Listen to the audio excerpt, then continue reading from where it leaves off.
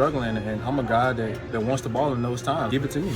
I don't want to make this about that. The consistency is a marriage. I understand. We're doing everything we can do to fix it. Yeah, the Eagles got to make a change on offense. This offense stinks right now.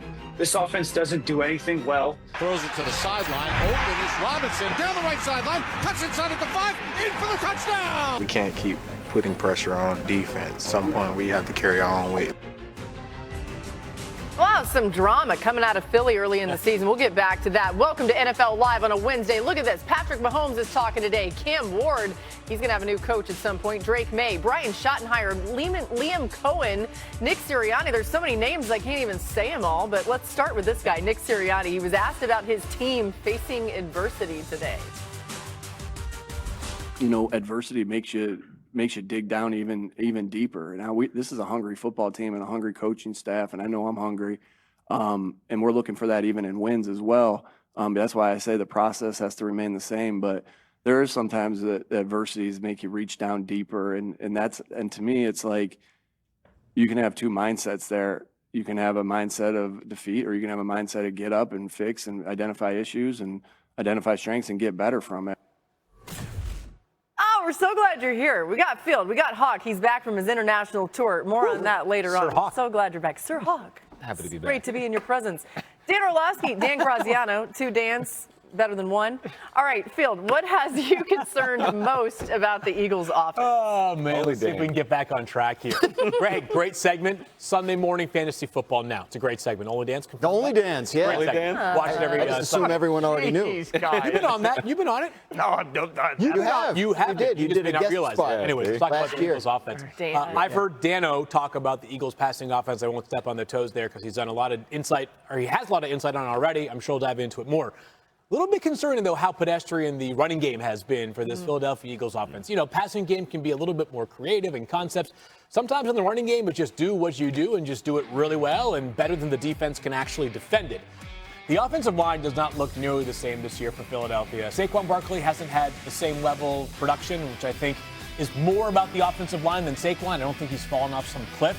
Check out some of these numbers that kind of support how pedestrian the running game has been. Saquon is averaging just 2 yards per rush before contact. He was over 4 yards in that same category a season ago. He has yet to rush for 20 yards on a single play this season. If you go back to last year, he had 11 separate games with a 20-plus yard run. He had 11 games with 100 yards. Hasn't gotten that to any of their first 6 games. Last year, when things maybe weren't going great with A.J. Brown in the passing game, you could at least say, hand the ball off to 26, let him make some magic. Opening drive of the NFC Championship game, the Commanders control the clock. They go down, they get points on the board. Next play, Philadelphia's first offensive play, 60-yard rush from Saquon for a touchdown. That easy out, the smash button just isn't there this year right now in the running game. Yeah, 47 negative plays for this offense this year. That leads the NFL by a significant margin. They got to run it better. I think 2 things I'd like to see in their run game. Number 1 would be, unsurprisingly for me, I'd like to see Jalen Hurts a little bit under center. I'm not saying you have to completely revamp the offense. Yeah. 2, I think a lot of their run game has been a little bit too side to side for me. I'd like to just get Saquon going downhill. I think that would help their offensive line. Agreed. Minnesota defensively, the one thing that I've been surprised about them this year is run game defensively. They have not been good. They're bottom 8 in basically everything defensively. And I think the thing that's most surprising is Brian Flores, their defensive coordinator, has always been really good at putting numbers to the line of scrimmage. He's not doing it as much this year. Or some of those run game stunts or pressures that are called on first down that are really good for either run and or play action pass schemes. They haven't been called as much this year. So if there's a game that you would actually feel good if you're feeling like, let's get our run game going, it's this one, coming off of an extended break and against a defense that's not handling the run good. I thought that would be the Giants game last weekend because the Giants were allowing 140 rush yards per game prior to last Thursday night, and then it was yet I just would like to see this run game go at defenses a little bit more than this way too much. Yeah, that makes sense. I think this offense isn't playing with the amount of trust it needs to be at its best, and that's top down. That's from play caller to quarterback to receivers. There's plays out there that they're leaving because the quarterback isn't anticipating and the receivers aren't finishing. You're going to see a couple of these plays here. This is a 23-yard gain to Dallas guard at the tight end, but look how late that Jalen Hurts sees it. Over the middle, right? Right? Over the middle. There's 2 options. It's there now. Throw it. That's when you make this throw. Look how long it takes. Goddard's throwing hands up in the middle. Jalen knows this. He feels this. He has to trust what he's feeling and not waiting to confirm it for so long with his eyes. Next, you're going to get this big play down middle. This is 2 weeks ago to A.J. Brown. This is a big play that they have to have, and Jalen is locked in on A.J. A.J. clears coverage, and he slows down once he gets past the DB. And where does this ball end up dropping? 3 yards, 4 yards ahead of A.J. Brown. He has to trust that his quarterback is going to see him down the field. And then lastly, this is two seams down the middle of the field, single high coverage. You know, with that single high safety running to the right, now, you throw this ball now. You have to feel this. You have to know this. This doesn't take you seeing it with your eyes. This is a wide open touchdown to Smith, which these are points that they're leaving on the board. And when you talk about how you feel about this offense, this changes that narrative. This changes the feel in the locker room and in the huddle if they're executing on these plays. I think reality, too, is that's something that Jalen has struggled with for career, years. right? Yeah. Just See, that's over the middle of the field has never been kind of his comfort level passing the ball. And I think that's what we're getting to here, right? Like, we've seen enough of Jalen Hurts over the years for all the great things about him that I don't think the foundation of the Eagles offense is going to be a reliably consistent passing game with him at the quarterback position. Like, we've seen him be great, sure, but I think if that's what you are in terms of your DNA, I just don't think you're going to get consistency week to week, which gets back to the run game. And I do think they have to find ways to be more creative in the run game, because last year they had a week 5 bye and they had a big meeting, and it was like, the offensive linemen, look, we're clearing these holes. Let's let Saquon run through. Great. But they're not doing it now. Yeah. And they're not, like, whether it's because Mekhi Becton was much larger than the guy who's playing right guard this year, right? Yeah. Like, whatever it is, they're not getting those plays. So something else has to be done in the run game. Kevin Patullo, promoted from the staff, I think, with maybe kind of like a do no harm sort of mandate. I think, but he's also a guy that's been around some different systems, has his own ideas. I think it's time we saw some of them. We throw around the term the pass game is predicated on the run game a lot, but I think there's different versions of it. Like there's pass games similar to San Francisco or a Seattle right now that's predicated on the run game because of the play action element. I think Jalen and the Eagles pass game, to Graz's point, is predicated on running the football because it's building the one-on-ones on the perimeter. That's where he's by far most comfortable. That's also the way they're built, having the two guys on the outside that win one-on-ones. That's kind of how they're connected offensively. And you can avoid the middle of the field if that's a weakness. It's not been a necessity for him as a passing, quarterback or in their offense. It's a good point. They got to make some changes. The Eagles rank 30th in total offense this season. They rank top 10 in each of the previous 3 seasons in a lot of these categories. Let's get to some top stories. Let's start with the Eagles' opponent, the Vikings. Quarterback J.J. McCarthy. Graz, what more can you tell us about his status? Still working his way back from that ankle injury. He's been out at practice this week. They want to see what he can do. That's basically what their head coach Kevin O'Connell has said. Get him out on the practice field, see what he's capable of doing, check in with him every day, how he's feeling, and what he feels he can take on the next day. If he's cleared, then he'll play. Remember, the backup Carson Wentz is dealing with a shoulder injury, non-throwing shoulder, but that's limiting him as well. Washington Commanders wide receiver Terry McLaurin, they're optimistic that they could get him back this week.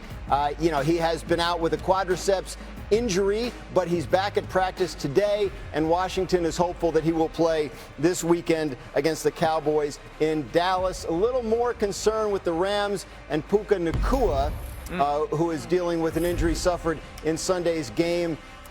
He hasn't been ruled out, but their head coach Sean McVay has said they will consider sort of the way Puka plays in terms of, obviously this is a guy that's a very physical player.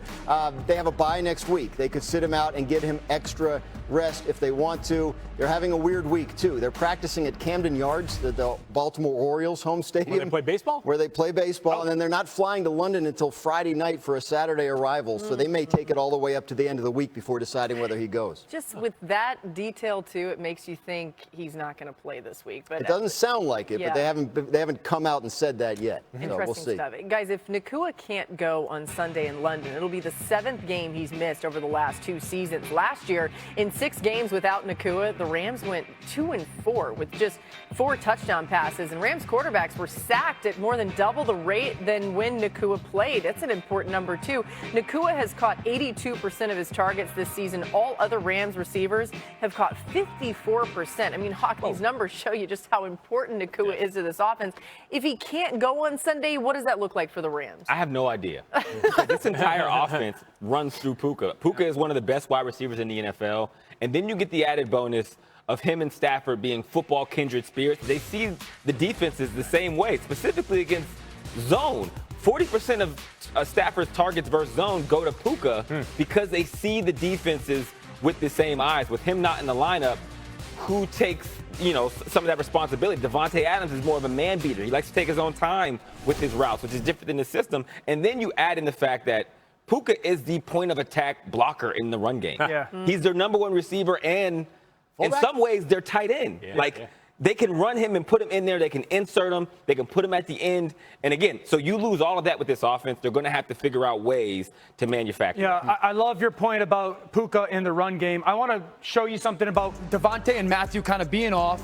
Get your perspective of it, because you making the point of Devontae being a little bit more of a man separating wide receiver is a little bit of the example that I'm talking about. 3 clips. So you're going to have Devontae at the bottom. He's going to run kind of like a back end line here, and he's going to beat coverage.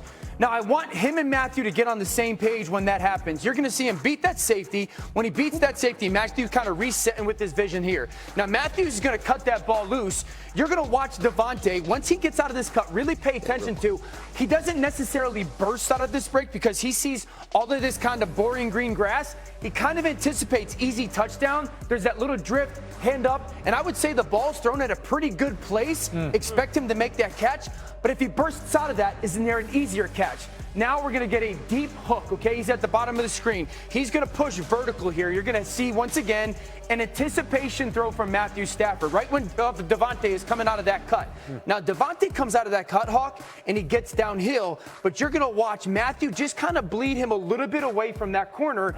And what happens is Devontae's expecting one thing, the ball jumps him. And I hear all the time wide receiver coaches say never allow the ball to cross your eyes. Ball crosses his eyes, and that's a very uncharacteristic drop from Devontae Adams. Down in the red zone, relatively similar. Bottom of the screen, you're going to get him on a cut split hook. Once again, when he comes out of his cut, I don't know if he should be running an in route here or if he's boggling down, throttling down, coming back to the quarterback.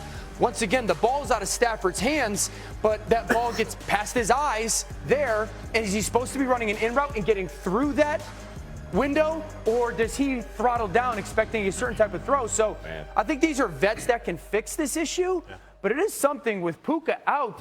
They're just not seeing it the same way out of the cut almost. It's a completely different philosophy in how they coach wide receivers in this offense. So to your point on some of those plays where you're used to Puka Nacua, when he comes out of his break, it doesn't matter. You're going full speed. That's what Matt Stafford is used to. On the end breaker where he's coming downhill, since I've been a kid, they've taught, hey, protect the quarterback. When you come out of these breaks, you're coming downhill. Drifted a little upfield. On Sean McVay's offense, you take a yak angle, which is if you have him beat, it teaches you the opposite. Go upfield, and that's what will throw you because now you can catch and run. And so it's those little things and nuances that they're starting to trying to get on the same page, but it's different than what Devontae Adams has always been taught. Yeah, there's no question. Look, personnel-wise, Tutu Atwell's a receiver they could get back from his injury this week.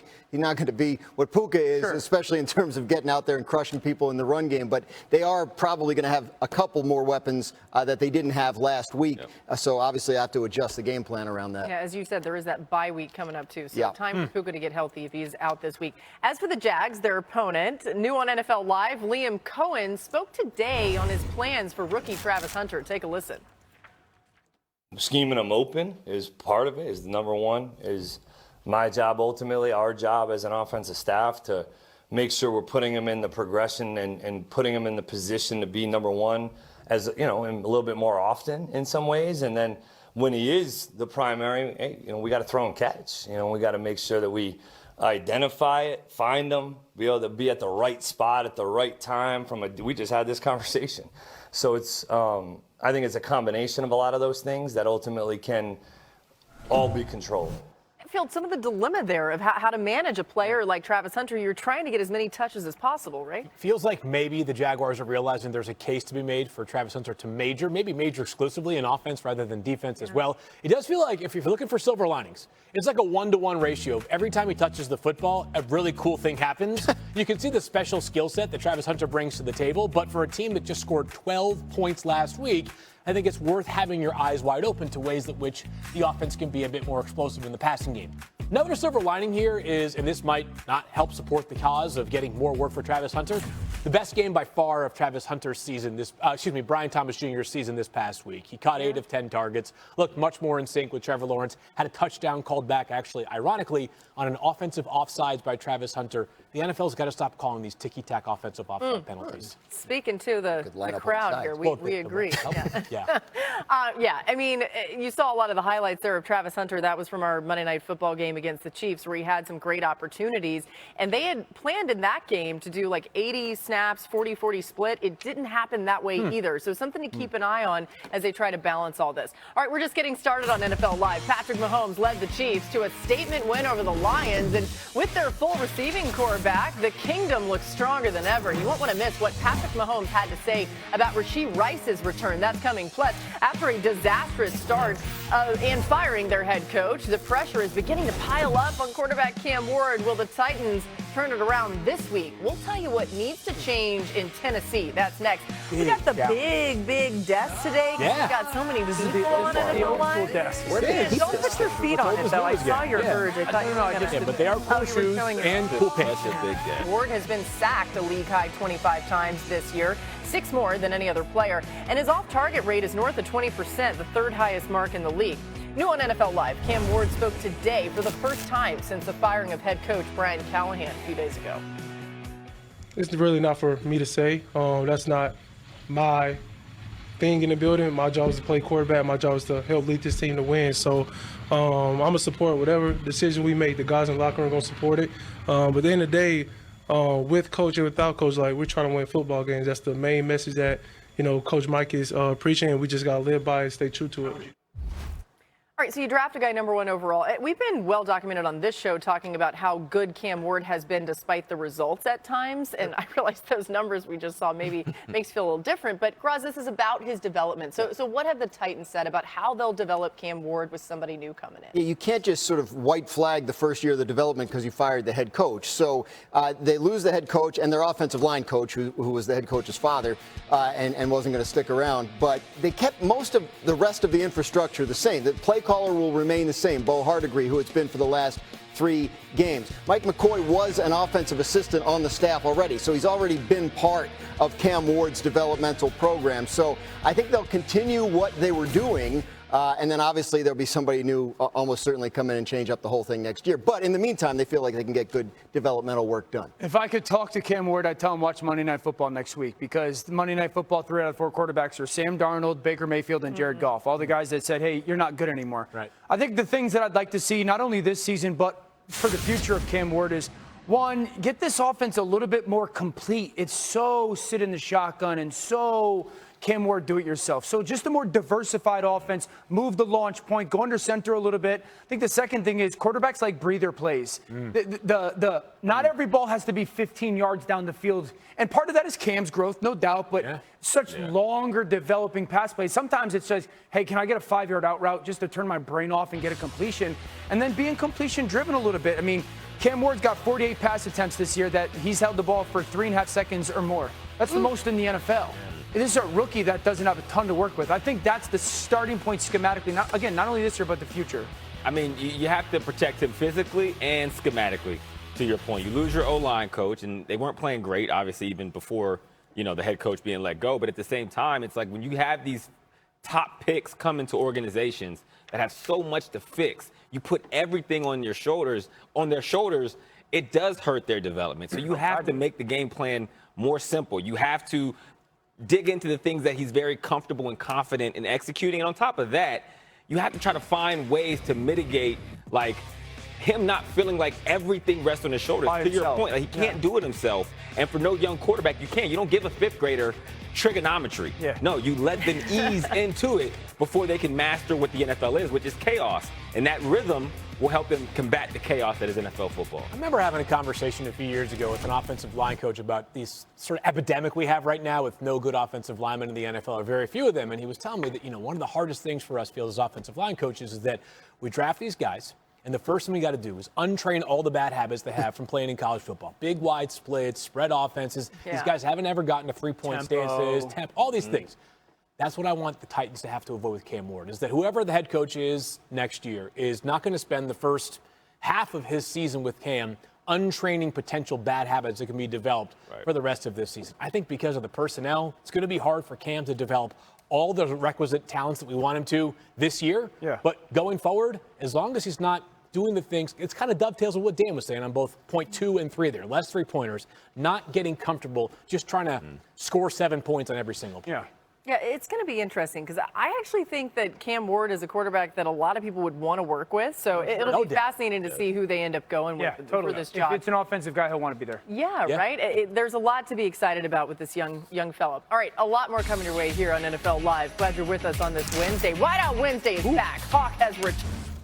It's Whiteout Wednesday. Dan and Hawk, take it away. This is called Improve It, Remove It, Lose It. I am licking my chops because it's time to eat. Game plan within the game plan. As a quarterback, I'm throwing it to the pylon. As soon as I see you look, I'm looking. Don't do what's on the paper. Do what you know. And when he shows it, it's too late for the DB to get there enough to stop the catch. I didn't know this was coming. This is the fastest speed. If I tried that now, I would tear everything. Whoa. Look at this museum. This is Hawk's beautiful gallery. It's good to talk ball. Come on, man. Wide out Wednesday. Yay.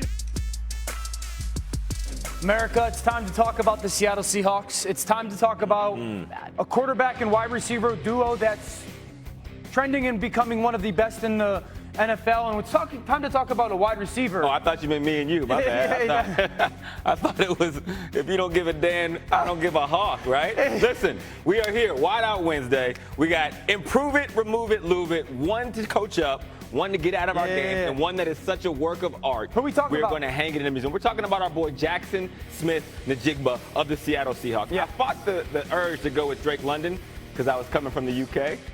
I like the tie. See what I did and there? because I called the game? And because you called the game. Yeah. You did it masterfully, by the way. So we're going to start with our Improve It play, which is going to be a choice route. Okay, the important part of a choice route is being definitive on what you're giving a quarterback. So you're going to see here what Jackson does in this play is that he's not definitive. He has 3 options. He can run an out route, he can run a slant and cross face, both a man-to-man, and if it's zone, you sit it down. But at the top, he kind of inches, and Darnold throws a slant ball that could have been intercepted. Next for our Remove It play, 20-yard catch, incredible shake route. But then you get a taunting penalty. Now look, I don't think this is a good call. I am not the referee, though. We just can't have it. We gained 20 to lose 15. Let's just remove it, all right? I'm not going to lie. When I saw it, I was like, you're going to take away that route? That route was incredible. Disgusting. All right. It's the taunting that we got to get rid of. All right, let's show everybody what the Louvre is. I want everyone to see it. This is that bomb touchdown that goes for 56 yards into that offense. Beautiful throwing catch. Let's go from the jump. What do we got? Listen, we're in a book split. The reason why they call it a book split in this Shanahan-Kubiak offense is because the baseline of the passing game and play action is a read route. Now, the book split is about 6 to 8 yards from the tackle. You're going to have about 10 to 15 different routes that you can throw into defense. So you're in this route. That's important because one of the main routes is a drift concept, which is a 6-step post out of play action where you're going to hug these linebackers up and you're going to hit in this middle of the field, okay? So when he's lined up here, though, this DB and that safety are thinking drift. Now, what he's going to do is he's going to take a perfect angle at this DB, and once he feels the DB kind of opening up, he's going to accelerate with speed all the way to the big All right, when you say the DB opening up, what does that mean to you from your eyes? So you're going to give him speed, and now when he's getting himself in position to do is to break. You be the receiver, I'll be the DB. The receiver's going to give you speed. The DB's going to get in position to break on any of the variations that they give him out of a book split alignment. Okay? Now, the big thing that receivers usually make a mistake on the big post is that you're taught at the top of your post,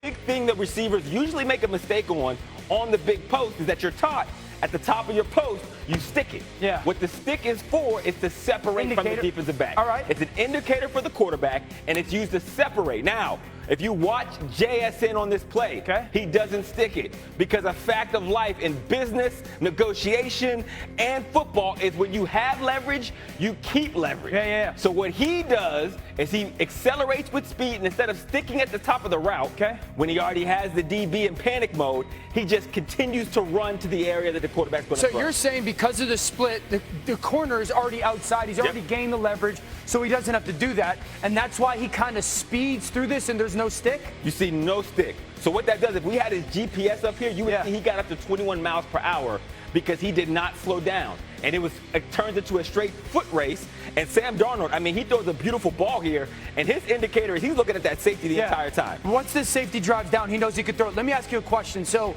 when he doesn't stick here and he has that corner on outside, what would he be thinking right now when it comes to landmark? Because these throws are landmark. You know it, like, hey, we want to throw it on the inside edge of the numbers, or we want to throw it to the hash. What are you thinking as far as without that stick of that indicator in setting a landmark? How does he and the quarterback get on that same page? I love it because it actually simplifies it, right? He understands, okay, you're just going into 100-meter dash mode. I'm not going to stick this. I'm going to round it. I'm going to maintain as much speed as possible. My landmark is going to be that near goalpost, the near upright on the goalpost.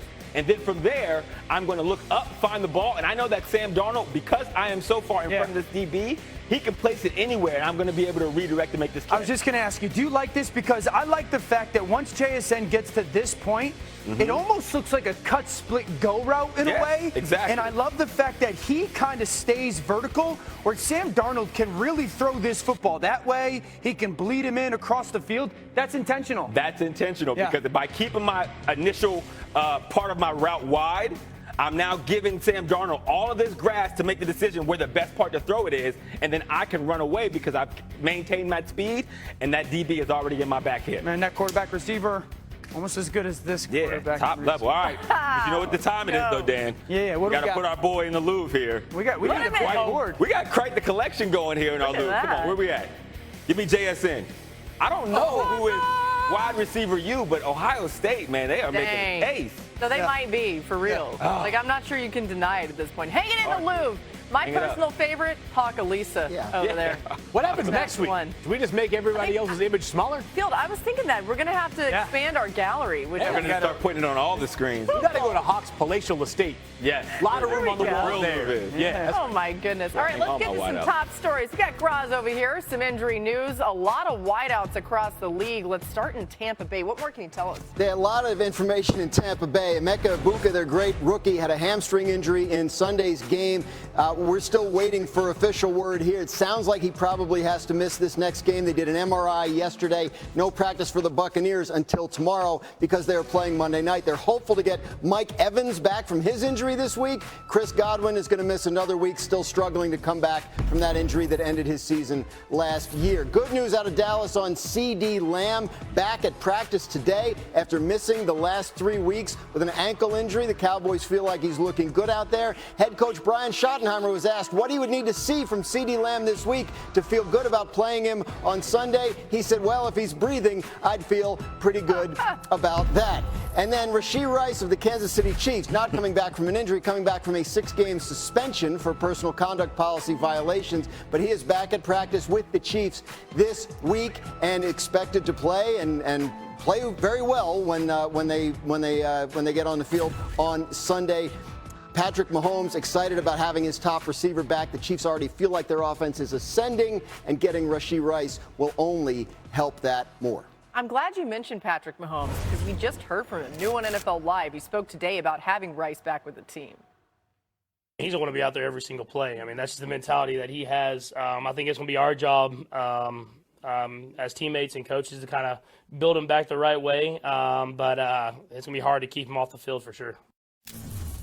Field, what does the return of Rashee Rice bring to this Chiefs offense? First of all, something new because we did not see any of in the regular season. Rashee Rice and Xavier Worthy and Hollywood Brown on the field last year. Hollywood Brown got hurt in the preseason. Rashee Rice got hurt early in week 4. He is going to absolutely feast on targets. One thing that I think it does have the potential to do, Laura, for this offense is open up the possibility of taking the top off of defenses with Xavier Worthy more. He had the fastest 40 in the history of the NFL Combine.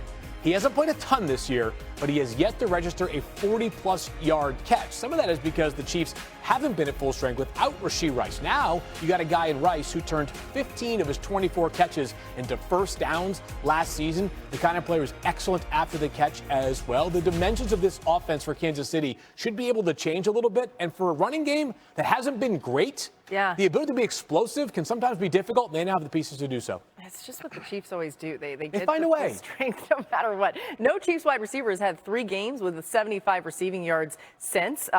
So this is going to be a chance for Rashee Rice to make. Waiting the veteran status in a hurry. But let's begin with Cam Shedeur, the running back for the New York Giants, with 3 rushing touchdowns this past Thursday night. He is quickly becoming a legend in the New York, New Jersey area. Runs incredibly hard. That much is for sure. He's also playing a prominent role in the passing game. He's become a tone setter for this Giants offense. Played 69% of the snaps in 3 straight games. Tyrone Tracy returned on Thursday night. He was a non-factor for this offense. Cam Shedeur figures to be the guy going forward. Biggest question with him, just holding it. He plays such a physical style of football. There are times where I wanted to maybe think about his long term. That being said, that is part of his greatness, a total factor in the running and passing game. Bucks done it again. Another mid-round pick that's working out for them. Jacob Parrish, 3rd-round rookie cornerback out of Kansas State. If you saw him up close and personal, he's built like me. He's small and lean. That being said, he is making an impact not just as a pass defender. You'll see this huge pass breakup near the goal line against Kendrick Bourne this past week, but also making a mark as a run defender as well. He had 7 solo tackles this past weekend. This guy is showing that size, sometimes just a listed number on the roster, because he is playing with some serious intensity as a run defender beyond his coverage skills as well. And finally, Laura, we have to remind ourselves that sometimes prospect evaluation should not be done in a vacuum. Nick Emanwari may not have been a perfect fit everywhere, but he's a perfect fit in Seattle. Height, weight, speed freak out of South Carolina who goes to Seattle under Mike McDonald, who I would offer is the best talent maximizer at safety out of any coach by far in the NFL. We are seeing some wild stuff out there defensively in Seattle. 3 safeties is basically their base defense. You're seeing him make a major mark in all different facets for this defense right now. He had 4 interceptions, returned 2 for a touchdown last year at South Carolina. We're going to see some more splash plays from him now that he's fully healthy out there in Seattle. Yeah, our good friend Mina Kimes, Seattle girl. Yeah. We were talking yesterday. I mean, as much as the conversation has been around what Sam Darnold's done, that Seattle defense has been so good. Boy. The numbers are insane. I know it's a smallish sample size, but woo. All right, new on NFL Live. Don't look now. The Patriots are atop the AFC East. Here's what Mike Vrabel thinks about it.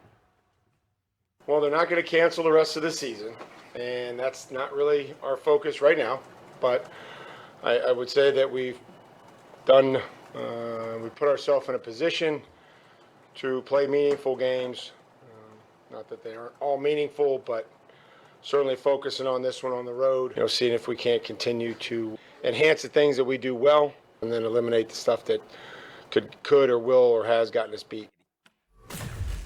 Oh, Dan, what stood out to you about Drake May and the Patriots offense? So Drake has become one of the best deep ball throwers in the NFL because every pass play starts with how do we protect it and can we give him the time? Okay, so 4D lineman, but the back walks himself up into the line of scrimmage, the tight end over to the left. So what that does is this kind of pick game at the bottom of the screen, it almost becomes a 6.5-man protection just from the start. Then you lift coverage.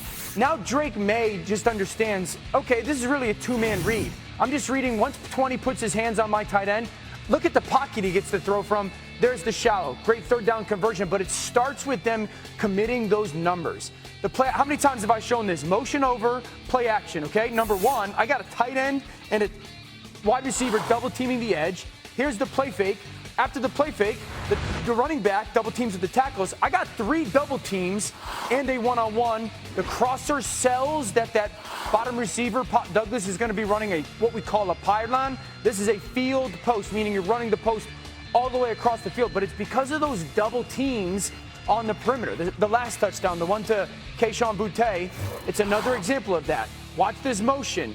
He goes from inside to out. So you switch the pattern release. Once again, there's chip.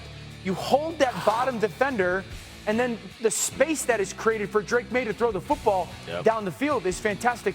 But all three of those clips are out of a pocket that should not look the way it does, because Josh McDaniels, every play is like, I'd love to run this. How do we protect it? I'd love to run this. How do we keep it clean? I'd love to run this. How do we make sure that the pocket's clean? I wish more offenses did that. I was about to say, why don't they? It just seems like a great I mean, you got to have the guy at quarterback, and that's what you're seeing with McDaniels' offense and May. And also, look at the production he's getting out of the guys that aren't Stephon Diggs. Yeah, why is Boutte playing better? I mean, I think it's the trust that he's getting from May and the position he's being put in. Like, you show him the touchdown he had. He had 2 other really big catches here. Here goes a touchdown on a contested catch. He had another third down conversion. Very physical. At the point of attack, and when the ball is in the air, he's coming down with it. This is another 20-plus yard catch on the sideline, gets his feet down with the guy draped over him. In the last 2 games, 8 targets, 8 catches, 136 yards, and 2 touchdowns. That's trust from your quarterback. And every time you're going to get that opportunity, you're making the most of it. I will say this, too. You know this. At LSU as a freshman, he was All-American. Yeah. He was supposed to be the next guy to that school. Things didn't go necessarily. They sputtered a little bit at times. That's when Chase stepped out. I think he went on, and he had to step up early. Hey, you know what else? They were in New Orleans. You wonder if he's like, man, I'm back in Louisiana. There's that, too. Either way, he's been consistent enough to say it's a little more than that. All right, still ahead. It's Lost in Translation. We're going to try to decipher the wackiest sound bites of the week, but sometimes they leave us just as confused as poor Tess Johnson was after he scored on Sunday. So good. When I score and I hit MVP chant, I'm thinking they talking about me. So I asked Shep. I'm like, Shep, they was chanting MVP.